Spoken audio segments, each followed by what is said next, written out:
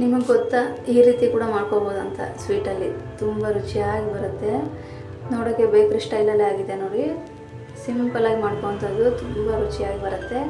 ಇದಕ್ಕೆ ಜಾಸ್ತಿ ಏನು ಹಾಕೋಂಗಿಲ್ಲ. ಇದನ್ನು ಯಾವ ರೀತಿ ಮಾಡೋದು ತೋರಿಸ್ತಾ ಇದ್ದೀನಿ ನೋಡಿ. ಮೊದಲಿಗೆ ಕಡಾಯಿ ಇಟ್ಕೊಳ್ಳೋಣ. ಸ್ವಲ್ಪ ಸಕ್ಕರೆ ಹಾಕೋತಾ ಇದ್ದೀನಿ, ನೀವು ಜಾಸ್ತಿನೇ ಹಾಕೋಬೋದು. ಅರ್ಧ ಗ್ಲಾಸ್ ನೀರು ಹಾಕೋತಾ ಇದ್ದೀನಿ ನಾನು ಸಕ್ಕರೆಗೆ. ಸಕ್ಕರೆನ ಕರಗಿಸ್ಕೋಬೇಕು ಬಿಸಿ ಮಾಡಿಕೊಂಡು ನೋಡಿ. ಈ ಥರ ಸ್ವಲ್ಪ ಕೈ ಆಡಿಸ್ಕೊಳ್ಳೋಣ. ಸ್ವಲ್ಪ ಕರಗುತ್ತೆ ಬಿಸಿಯಾಗಿ.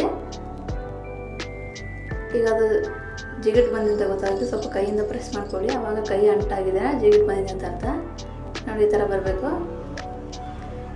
ಮಕ್ಕಳಿಗೆ ಅಂಗನವಾಡಿಯಲ್ಲಿ ಕೊಟ್ಟಿರ್ತಾರಲ್ವ ಹಾಲು ಪೌಡ್ರು, ಅದನ್ನು 2 ಕಪ್ ತೊಗೊಂಡ್ಬಿಟ್ಟು ಇದಕ್ಕೆ ಹಾಕ್ಕೊಳ್ಳಿ.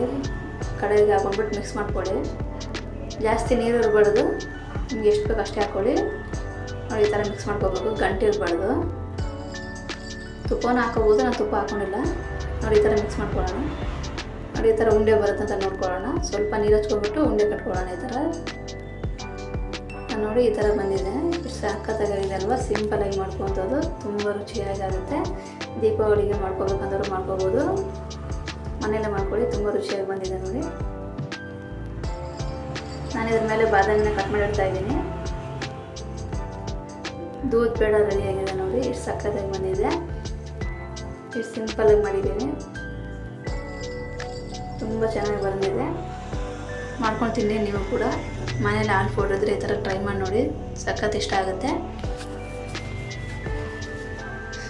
ತುಂಬ ರುಚಿಯಾಗಿ ಬಂದಿದೆ. ನೋಡೋಕ್ಕೂ ಕೂಡ ಚೆನ್ನಾಗಿದೆ ನೋಡಿ. ಬೇಕರಿಯಲ್ಲಿ ಮಾಡೋ ಥರನೇ ಆಗಿದೆ.